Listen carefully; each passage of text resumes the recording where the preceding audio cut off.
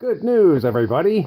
So, what was it yesterday? I tweeted out a picture of my truck loaded with a bunch of computer gear, most of which was wrapped up in moving blankets while I was moving it from some storage into my warehouse. Anyway, one of the things was the Multiprise 2000 IBM mainframe, which you did not see because it was all the way in the front of the truck. And good news!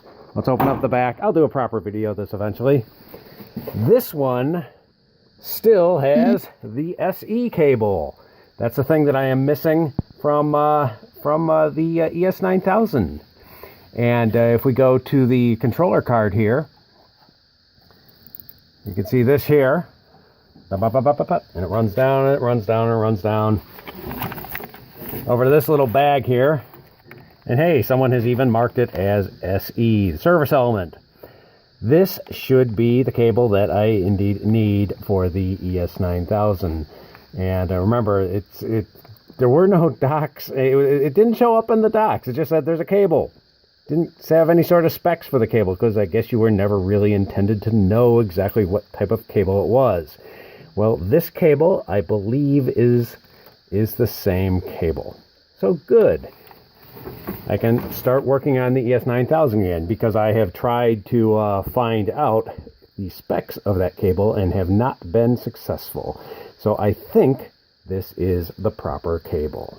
So yeah, this is the back of the Multiprise. Eventually I'll do a proper video of it. This is a mainframe. It was the kind of the second of the S390 line, the big one. There was also a squatty box version of this. Hey, he hasn't shown up in a video in a while.